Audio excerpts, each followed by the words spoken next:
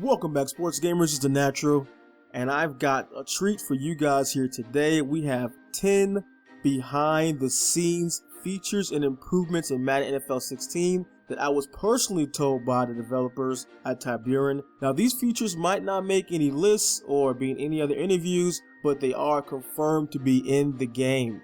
Let's start off with number 1. The new catch mechanic, the Air Supremacy, new wide receiver DB interactions, where you have aggressive possession or rack run after the catches that give you options on the type of catch you can use. Everyone knows about that. That's their biggest feature for this year. But what most don't know is that if you don't choose any catch, the CPU will actually choose it for you based upon the best catch solution and player ratings. So those people out there who don't use your catch don't need to worry.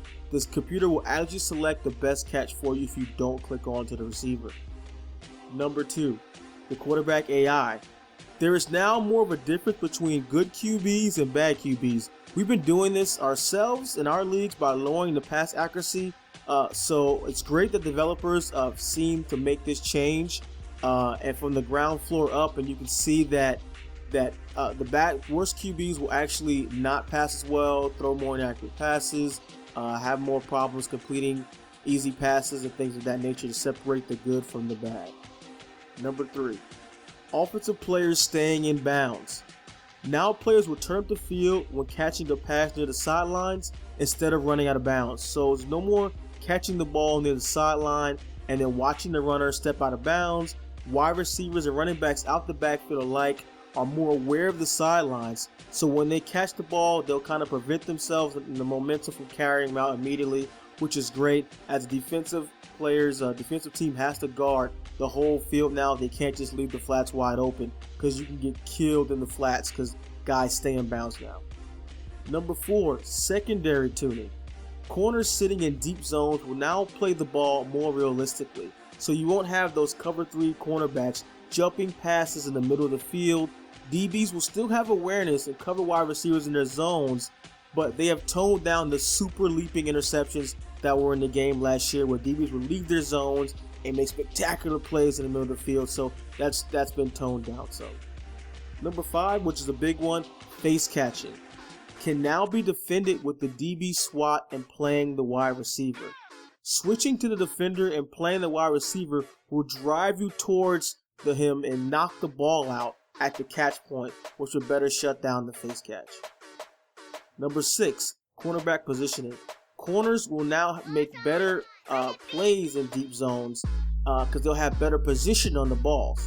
So you're not always giving up the easy inside pass to the wide receivers. This will also help stop the face catching. So no longer will all zones give up inside leverage by wide receivers. So that's great. Your corners will be in much better position to play the ball. Number 7, defensive AI. With improved adaptive defensive AI, money plays of the past like strong power or trap will be adjusted to by defenders if repeatedly called. I was told that if someone continued to run the same plays, the defense would adjust and do a better job of defending it. That doesn't mean you can call the same defense every play, but it should force your opponent to mix it up more, which is great. Number 8, new defensive formations. There were brand new defensive formations that I saw in the game, like nickel, dime, A-gap, that were added in that looked really cool. They had a bunch of new plays in there. On the defensive side, they added plays, as well as on the offensive side, they've added hundreds of new plays there, which is really great. Number 9, draft champion playbooks. In Draft Champions, your coach choice will influence the base team created for you by the game and also determine your playbook. You choose a power run coach, your offensive team base players will most likely be power run based players. You choose a defensive zone coach, expect to have a team based upon strong zone defenders. So not only does the choice of coach decide your playbook, also the generated team you have. So that first pick of coach is very important in Draft Champions. Number 10, Draft Champion Player Database. The Draft Champion Player Database will continue to get updated with new cards as the year progresses. So new cards and new players there. MUT and Draft Champions appears to share the same database. So it's curious, will there be MUT rewards tied in draft champions or vice versa? We don't know yet, but it would be a cool tie-in since they seem to be closely tied to each other.